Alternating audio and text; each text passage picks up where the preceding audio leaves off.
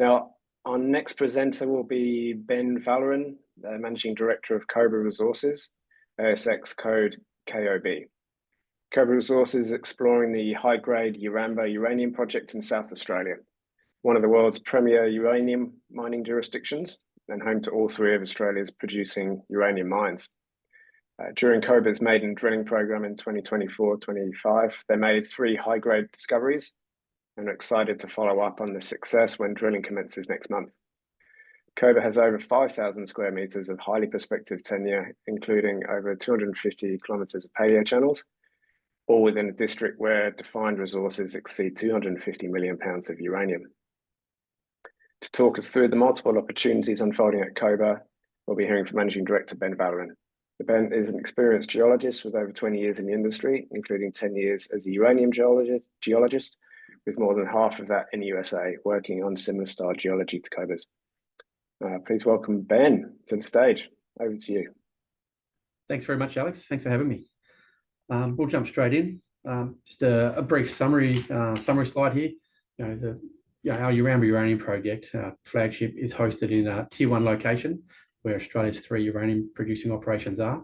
It's in a world-class district. We've got 2 producing ISR operations within 120 kilometres of us, and we've got some really, really highly prospective ground, over 5,000 kilometres in that same district. An experienced team, both myself and the chairman have spent over 10 years working in the uranium industry. And then we've also had some initial uranium exploration success in our first drilling programs during 2024 and 2025, and we're an active explorer. So just a bit of a corporate snapshot. We've got a market cap of 6.4 million.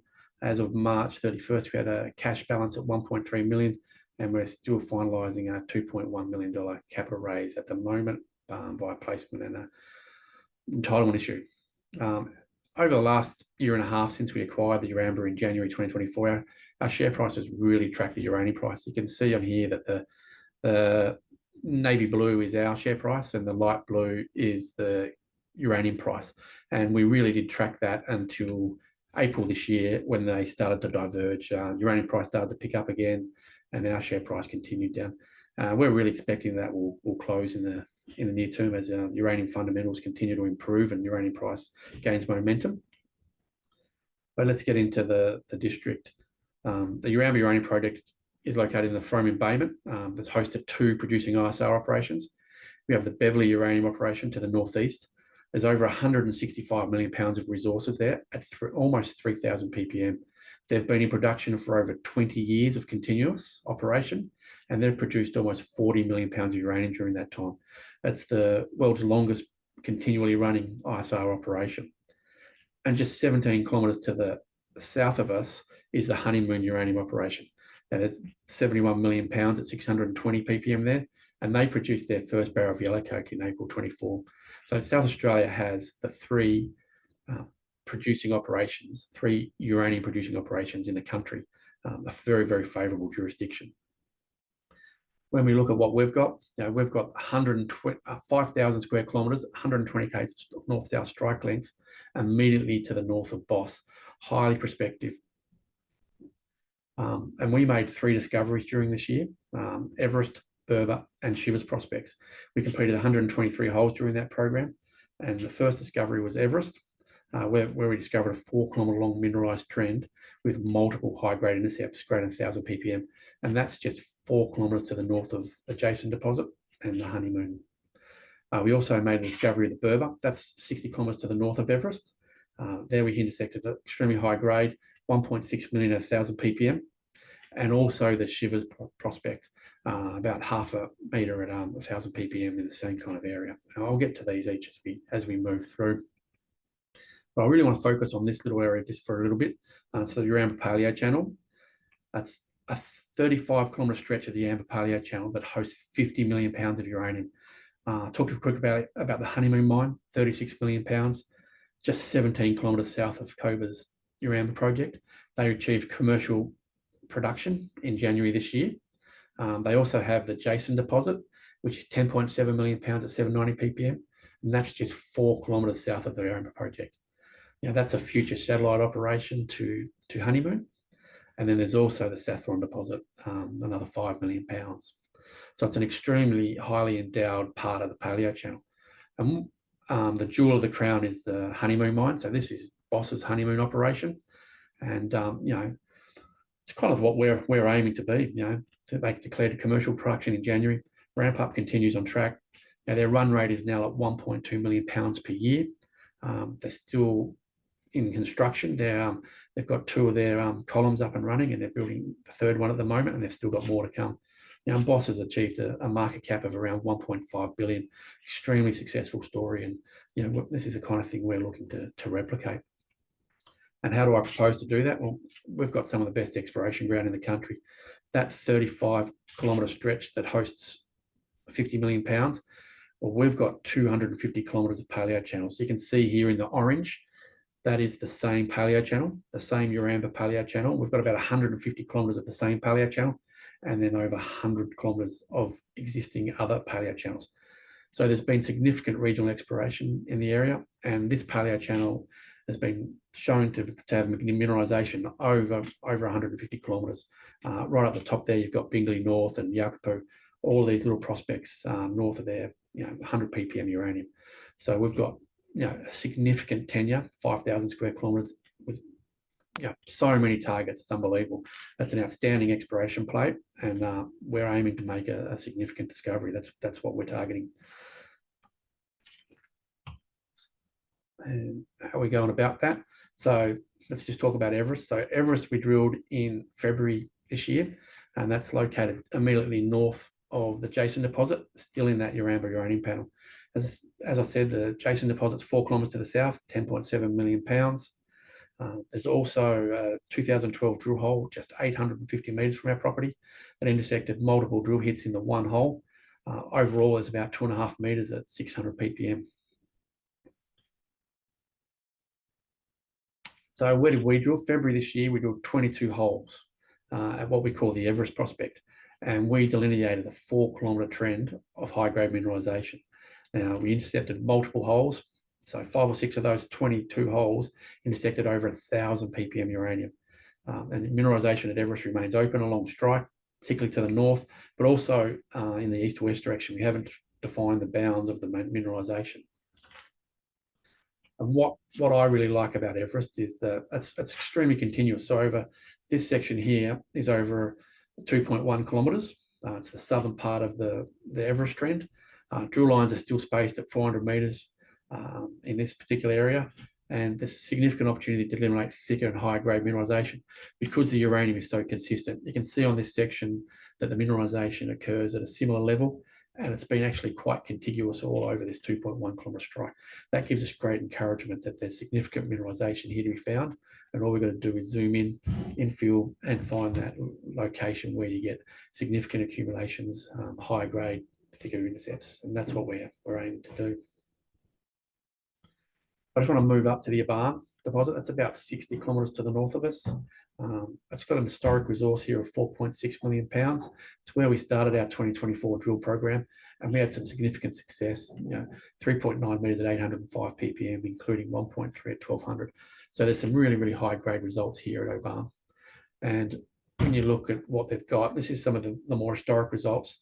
2 metres at 2,200. These are economic interceptions, and they actually hang together over significant distances. 2.65 at 1,100, 1.8 at 1,300. These are the numbers that you need to get mining. What we need is to find larger, significant accumulations of these mineralizations over larger distances to get the volume required to build an operation. So what we started doing to achieve that was stepping out away from the main resource to see if we can make a discovery. We stepped 1.5 kilometres to the south to the Berber prospect and 700 metres east to the Shivers prospect. And that's where we started to have some significant success away from the main deposit. The Berber was originally drilled in the 1990s with only about 10 holes. And we stepped out about 350 metres to the east of those holes. And that's where we intersected our best hole, 1.6 metres at 1,000, including 1 metre at 1,400. And that was the last hole we drilled at Berber. It's totally open to the east. It's never been to the east. It's basically open in all directions, particularly that 1 kilometre trend, which we're really excited about. We're going to target that this year. So we also stepped out to the Shivers prospect, about 700 metres to the east of the Urban deposit, where we intersected significant mineralisation. Again, a metre at 630, half a metre at 1,000. Again, totally open to the east, never drilled to the east. That represents a significant opportunity for discovery, both of these prospects. It shows that the mineralisation in the Urban area continues much further away than the main deposit, and it's really given us something to target in our future exploration programs. What are our next steps? So forward work plan. We've already got permits and clearances in place to test multiple high priority targets. The rig is booked in to commence in late August, sorry. Going to target extensional and infill drilling at the high-grade Everest deposit. And then later in the year, we're also going to be planning drilling at the Berber prospect, test that particularly to the east where it's open, but also that 1.5 kilometre, and see if we can connect Urban and Berber. Extensional drilling also at the Shivers prospect. And then we're also continually working on new targets in that Uranium Paleo channel. I think we'll leave it there, Alex. That's probably enough. That's great, Ben. Thank you very much. Thanks for your time and for going through that. Exciting times. Looking forward to you getting the rig turning again next month. Looking forward to getting out there. We've got a couple of minutes and a few questions. One's come in from Steve. Given Koba's divestment from Canada and renewed focus on Uranium prospect, is there potential to attain 100% ownership over the most strategic tenement area? So I don't know if we can speak to that one first, and then I've got a few that have been emailed in as well. At this stage, I haven't had that conversation with the joint venture partner, Havilah. At this stage, we can move to 100% on production. So I think if we find a deposit that we can take through to production and mining licenses and all that stuff, then we can dilute Havilah by expending. But at this stage, we haven't had that conversation with them. But we'd certainly love to entertain that as an option. And then talking about other players in the region, obviously with Boss, as your immediate neighbour, how do you see that potentially playing out with them so close? Obviously, if we can make a discovery, then they'll be very interested in adding that. And if we can make a significant discovery, maybe we can be the next Boss. Bigger than Boss, bigger discovery than Boss. That's how I'd like to see it playing out. But I see there's varying levels of success at this program because we are so close to that honeymoon operation. If we make a small discovery that doesn't warrant a standalone operation, then there's a clear pathway to development by utilising Boss's infrastructure if agreement can be struck with them. But if we make a discovery that's significant enough, then we can go alone ourselves. So I see there's some really good optionality here and a real clear pathway to development, given the jurisdiction and the location of significant infrastructure in the region.